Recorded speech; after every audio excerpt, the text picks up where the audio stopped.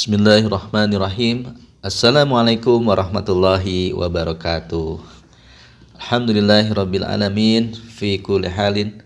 Allahumma shalli ala sayyidina Muhammadin abdika wa rasulika nabiyil ummiyyi wa ala alihi wa sahbihi wa sallimu taslima adada ma ahata bihi ilmuk wa khata bihi qalamuk wa ahsahu kitabuk wardallahumma an sadatina Abi Bakrin wa Umar wa Utsman wa Ali wa anis sahabati ajma'in wa anit tabi'ina wa tabi'ihim bi ihsanin ila yaumiddin. Apa kabar sobat juara yang dirahmati Allah Subhanahu wa taala? Semoga sobat juara semua ada dalam lindungan Allah Subhanahu wa taala dan kita bersyukur masih diperkenankan oleh Allah untuk menikmati jamuan di bulan suci Ramadan ini yang penuh berkah. Semoga kita termasuk orang-orang yang beruntung yang senantiasa mengisi waktu demi waktu dengan amal-amal yang soleh insyaallah.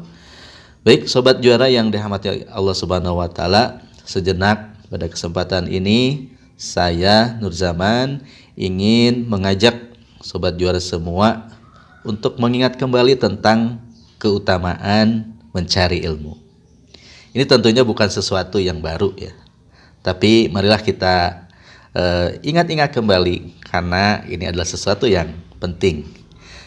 Sobat juara yang dirahmati Allah Subhanahu wa taala, saya akan membuat satu ilustrasi ya, bagaimana ketika seseorang atau sekelompok orang yang akan melakukan sebuah perjalanan menembus hutan belantara yang begitu lebat tapi tanpa ada peta.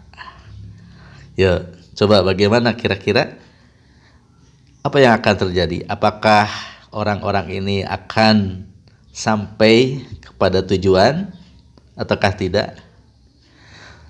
Ya, mungkin kita akan bisa jawab ya bahwa orang-orang tersebut besar kemungkinan pasti akan tersesat ya, akan tersesat dan tidak akan mencapai tujuan. Nah, inilah satu ilustrasi kalau kita refleksikan gitu dalam materi kali ini, bahwasanya apa yang dimaksud dengan peta di situ. Peta di situ bisa kita artikan ini adalah satu petunjuk atau dalam arti ini adalah ilmu ya.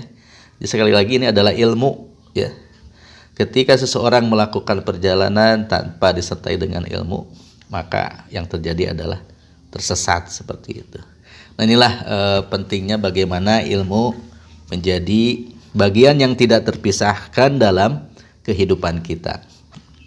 Oleh karena itu, Islam mengajarkan kepada kita untuk terus mencari ilmu ya.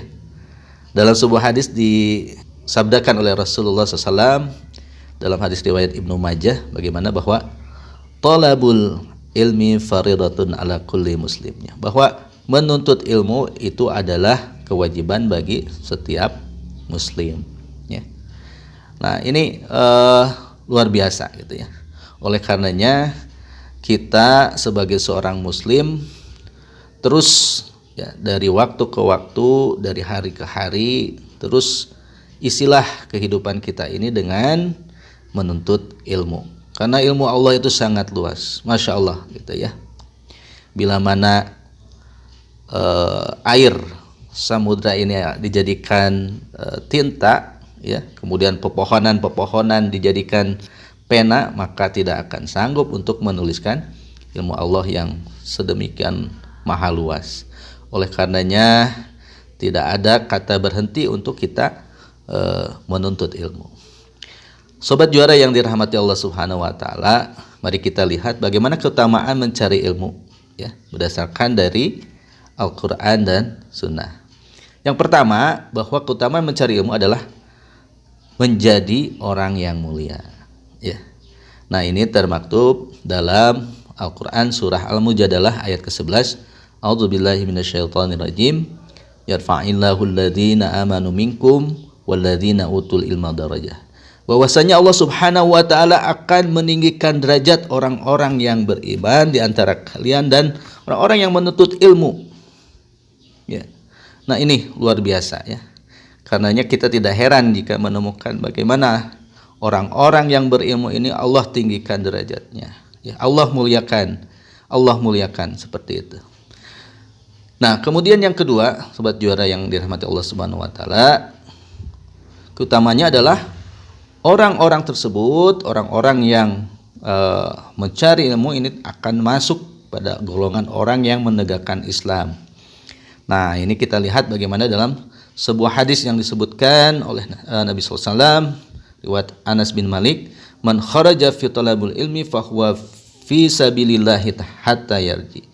Bahwa barang siapa orang yang keluar untuk menuntut ilmu, maka dia ada dalam jalan Allah, fi sabilillah hatta yarji, hingga mereka kembali. Masya Allah ya.